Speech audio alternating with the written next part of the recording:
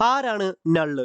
God of symbiotes എന്ന് വിളിക്കപ്പെടുന്ന Knull മാർവലിന്റെ വെനം ദ ലാസ്റ്റ് ഡാൻസ് എന്ന മൂവിയിൽ ആദ്യമായിട്ട് പ്രത്യക്ഷപ്പെടാൻ പോവുകയാണ്. നള്ള് ആരാണെന്നും നള്ളിന്റെ ഒറിജിനും പവേഴ്സും ഒക്കെ എന്താണെന്നും അറിയാനായിട്ട് ഈ വീഡിയോ ഫുള്ള് കാണുക. നിങ്ങൾ ഇതുവരെയും എന്റെ ഈ ചാനൽ സബ്സ്ക്രൈബ് ചെയ്തിട്ടില്ലെങ്കിൽ മറക്കാതെ ഒന്ന് സബ്സ്ക്രൈബ് ചെയ്ത് ബെൽ ബട്ടൺ കൂടെ എനേബിൾ ചെയ്ത് വെച്ചേക്കുക.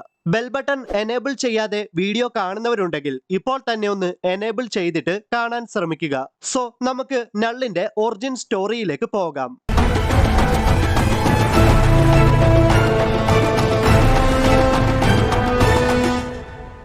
2013 പുറത്തിറങ്ങിയ തോർ ഗോഡ് ഓഫ് തണ്ടർ എന്ന കോമിക്സിന്റെ 6ാമത്തെ ഇഷ്യൂവിൽ ഒരു ചെറിയ ഭാഗത്ത് മാത്രം കാണിച്ചു പോകുന്ന നള്ള് പിന്നീട് 2018 പുറത്തിറങ്ങിയ വെനം എന്ന കോമിക്സിന്റെ 3ാമത്തെ ഇഷ്യൂവിൽ ഒരു മുഴുനീളം കഥാപാത്രമായിട്ട് പ്രത്യക്ഷപ്പെടുന്നുണ്ട്. യൂണിവേഴ്സ് മൊത്തം ഉണ്ടാകുന്നതിന് മുൻപ് തന്നെ ക്രിയേറ്റ് ചെയ്യപ്പെട്ടതാണ് നള്ള്. യൂണിവേഴ്സ് ഉണ്ടാകുന്നതിന് മുൻപ് തന്നെ ഇരുട്ടായിരിക്കുമല്ലോ. അതെ, ആ ഇരുട്ടിന്റെ രാജാവായിരുന്നു നള്ള്. അങ്ങനെ ഇരിക്കെ സെലസ്റ്റിയൽസ് ഉണ്ടാവുകയും അവർ ലൈറ്റിന്റെ സഹായത്തോടെ യൂണിവേഴ്സ് ക്രിയേറ്റ് ചെയ്യുകയുമാണ്. സെലസ്റ്റിയൽസ് ലൈറ്റിന്റെ സഹായത്തോടെ യൂണിവേഴ്സ് ക്രിയേറ്റ് ചെയ്യുന്നത് കണ്ട നള്ളിന് അതങ്ങോട്ട് ഒട്ടും ഇഷ്ടപ്പെട്ടില്ല. കാരണം ഇരുട്ടിന്റെ രാജാവായ നള്ളിന്റെ പവേഴ്സിന്റെ ഉത്ഭവം തന്നെ ഡാർക്ക്നെസ്സിൽ നിന്നുമാണ്. ആ ഡാർക്ക്നെസ്സിനെ തന്നെ ഇല്ലാതാക്കിയാൽ നള്ളിന് സഹിക്കുമോ? നള്ള് സെലസ്റ്റിയൽസുമായിട്ട് യുദ്ധം ചെയ്യാൻ തയ്യാറായി. സെലസ്റ്റിയൽസിന്റെ ബോഡിയിൽ നിന്ന് പുറപ്പെടുവിക്കുന്ന ലൈറ്റ് നള്ളിന്റെ ബോഡിയിൽ തട്ടിയുണ്ടായ ഷാഡോയിൽ നിന്നും നള്ള് ഒരു സോഡ് ക്രിയേറ്റ് ചെയ്യുകയാണ്.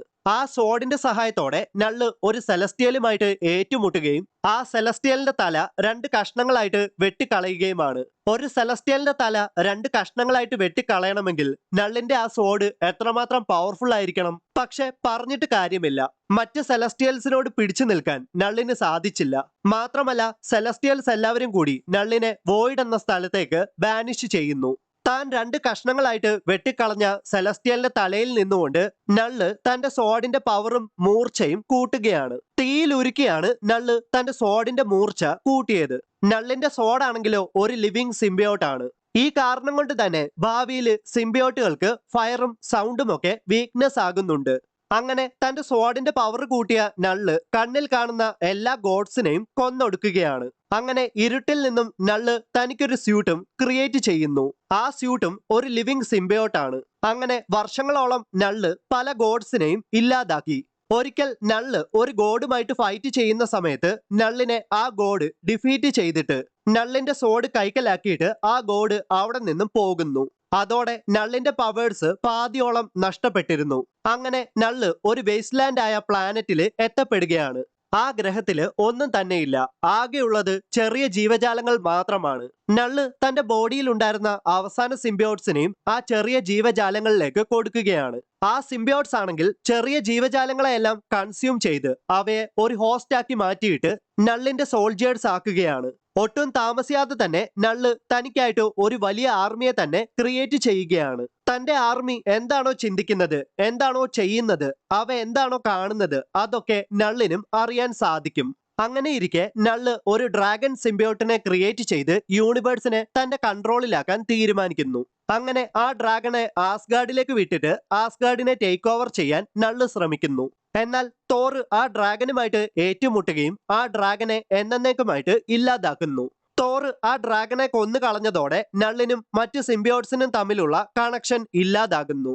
അതോടെ നള്ളിന്റെ കൺട്രോളിൽ നിന്നും മുക്തരായ സിംബിയോട്സ് ആസ്ഗാർഡിയൻസിനെ ടേക്ക് ഓവർ ചെയ്ത് ഹോസ്റ്റ് ആക്കി മാറ്റുകയാണ്. ഇത്രയും കാലം ഡാർക്ക്നെസ്സിൽ നിന്നും പവേഴ്സ് അബ്സോർബ് ചെയ്ത സിംബിയോട്സ് ലൈറ്റിൽ നിന്നും പവേഴ്സ് അബ്സോർബ് ചെയ്യാൻ ആരംഭിക്കുന്നു.